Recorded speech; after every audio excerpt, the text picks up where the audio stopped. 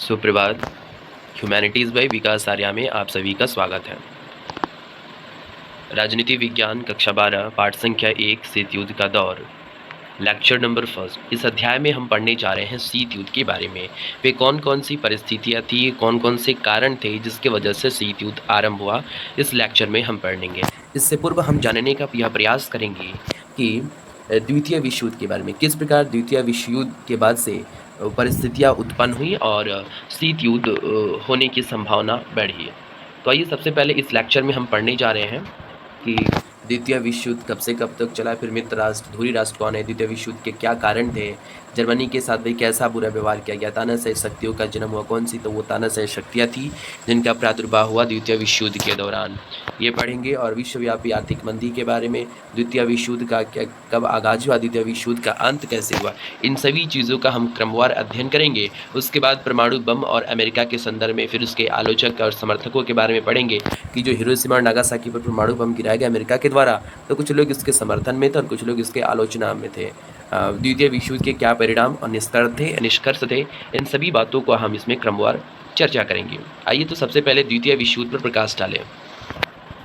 ऐसा माना जाता है कि द्वितीय विश्व युद्ध की पृष्ठभूमि पहले विश्व युद्ध के साथ ही बनने लगी थी। पहले विश्व युद्ध में जर्मनी को हराने के बाद वर्साई की संधि पर हस्ताक्षर करने के साथ ही भारी नुकसान भुगतना पड़ा। इसे एक बड़ी भूभाग को खोना पड़ा एवं सेना को सीमित कर दिया गया। जो जर्मनी था उसके साथ बहुत ही क्रूरता का व्यवहार किया गया और उसके एक बहुत बड़ी भूखंड को छीन लिया गया उससे, और उसके सेना को भी सीमित कर दिया गया। यह युद्ध सितंबर 1939 से 1945 तक लड़ा गया। 6 वर्ष तक चलने वाले इस युद्ध में अरबों की संपत्ति का नुकसान हुआ और करोड़ों बेगुनाह लोग मारे गए। इस युद्ध में करीब 70 देशों ने भाग लिया एवं संपूर्ण विश्व 2 भागों में बंट गया, जिसे मित्र राष्ट्र और धुरी राष्ट्र के नाम से जानते हैं। मित्र राष्ट्रों में आइए हम पता करते हैं कि भाई मित्र राष्ट्र में कौन कौन से देश शामिल थे और धुरी राष्ट्र में कौन कौन से देश शामिल थे।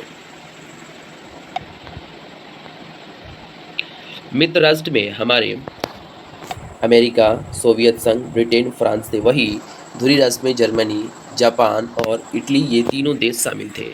एक नोट लिखा हुआ है जिसको पढ़ना बहुत ही आवश्यक है। द्वितीय विश्व युद्ध की समाप्ति अमेरिका द्वारा जापान के 2 शहरों हिरोशिमा और नागासाकी पर परमाणु बम गिराने के साथ हुआ। जो ये विश्व युद्ध की समाप्ति हुई तो अमेरिका द्वारा जापान के 2 शहरों हिरोशिमा और नागासाकी पर परमाणु बम गिराने के साथ संपन्न हुई। अब द्वितीय विश्व युद्ध के कारणों की चर्चा करते हैं कि भाई वे कौन कौन से कारण थे जिनकी वजह से द्वितीय विश्व युद्ध का आरंभ हुआ। पहला था कि जर्मनी के साथ बुरा बर्ताव। देखिए मित्र राष्ट्रों ने क्या किया कि पहले विश्व युद्ध में जर्मनी के साथ बहुत ही बुरा व्यवहार किया, जिस वजह से जर्मनी बदला लेने के लिए आतुर था। उसी समय जर्मनी में हिटलर और इटली में मुसोलिनी ने सत्ता पर आकर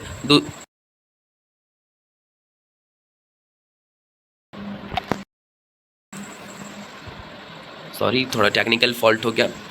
जर्मनी के साथ बुरा व्यवहार किया गया। देखिए क्या हुआ कि मित्र राष्ट्रों ने पहले विश्व युद्ध में जर्मनी के साथ बुरा व्यवहार किया, जिस वजह से जर्मनी बदला लेने के लिए आतुर था। उसी समय जर्मन में हिटलर और इटली के मुसोलिनी ने सत्ता पर आकर दूसरे विश्व युद्ध के बीच बो दिए।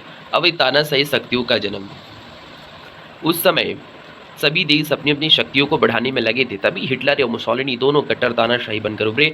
दोनों ने ही लोकतंत्र को खत्म कर दिया और राष्ट्रसंघ लीग ऑफ नेशन के सदस्य बनने से इनकार कर दिया। भाई ये राष्ट्रसंघ क्या है, तो प्रथम विश्व युद्ध के दौरान अपार जनहानि और धनहानि को देखते हुए कि भविष्य में इस प्रकार के कोई युद्ध ना हो, उसको रोकथाम करने के लिए एक जो आधुनिक हमारा संयुक्त राष्ट्र संघ है ना, उसी की जैसा एक संस्था बनाई गई थी जिसका नाम था राष्ट्रसंघ। तो इसमें ये लोग सदस्य बनने से इनकार कर दिए। अब विश्व मंदी का असर। देखिए उसी समय 1930 में वैश्विक आर्थिक मंदी ने पूरी दुनिया की अर्थव्यवस्था को झकझोर करके, हिला करके, एकदम पूर्णतः कमजोर करके रख दिया था। आइए विश्व युद्ध का आगाज के बारे में पढ़ते हैं। 11 सितंबर 1939 को जर्मनी ने पोलैंड पर आक्रमण करके उस पर अधिकार कर लिया। दूसरी तरफ फ्रांस और इंग्लैंड ने जर्मनी पर आक्रमण करने की घोषणा कर दी। यहीं से द्वितीय विश्व युद्ध की शुरुआत होती है। अब द्वितीय विश्व युद्ध का भाई अंत कैसे हुआ, कब हुआ? जर्मनी इंग्लैंड को हराने में नाकाम रहा। जर्मनी जो था इंग्लैंड को हराने में नाकाम रहा तथा 1944 में इटली ने अपनी हार मान ली, तो उसने भी आत्मसमर्पण कर लिया मित्र राष्ट्रों के समक्ष। उसी समय अमेरिका ने 1945 में जापान के हिरोशिमा और नागासाकी पर परमाणु बम गिरा दिया, जिससे लाखों लोग मारे गए। फिर हिटलर ने भी घुटने टेक दिया, उसने भी आत्मसमर्पण करने का निश्चय किया और टेक भी लिया, जिसके साथ ही द्वितीय विश्व युद्ध का अंत हुआ।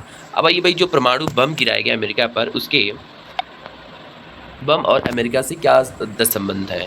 अमेरिका ने 1945 में जापान के दो शहरों हिरोशिमा तथा नागासाकी पर दो परमाणु बम इसने गिराए थे। अमेरिका द्वारा जापान के दो शहरों हिरोशिमा नागासाकी पर। दोनों बमों की जो क्षमता थी भाई 15 से लेकर के 21 किलो टन तक थी और इसका नाम था लिटिल बॉय तथा फैटमैन था। अमेरिका द्वारा बम गिराए जाने के कुछ विद्वानों द्वारा समर्थन किया गया तथा अन्य द्वारा विरोध भी किया गया। आइए, जो समर्थन में थे, जिनके आलोचक में थे, उनकी क्या विचारधारा थी इस परमाणु बम गिराने को लेकर के। आलोचक ने कहा कि बम गिराना जरूरी था क्योंकि जापान हार मानने वाला था और बम गिरने से केवल विनाश हुआ।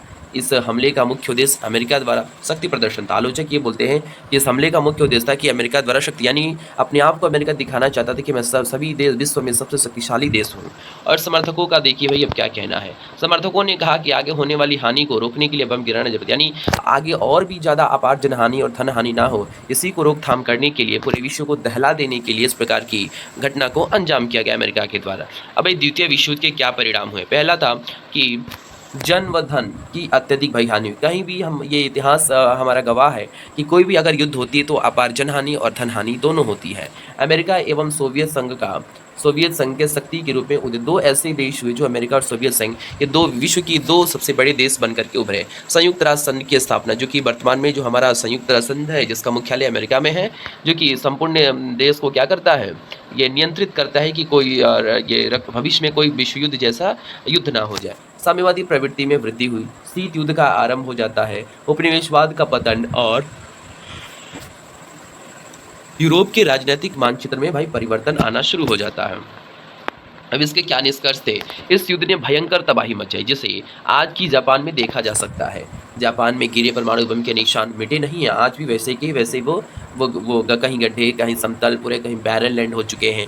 कई सारे नए आविष्कार, देखिए एक तो निष्कर्ष हुआ कि विश्व युद्ध के दौरान बहुत सारे नवीनतम आविष्कार हुए, जैसे जेट इंजन बना, रेडार बना इत्यादि। उसके बाद से संयुक्त राष्ट्र संघ की स्थापना, जो आज भी अपने कार्य कर रहा है। धन्यवाद। अब आगे के लेक्चर्स में हम शीत युद्ध के बारे में पढ़ेंगे। धन्यवाद।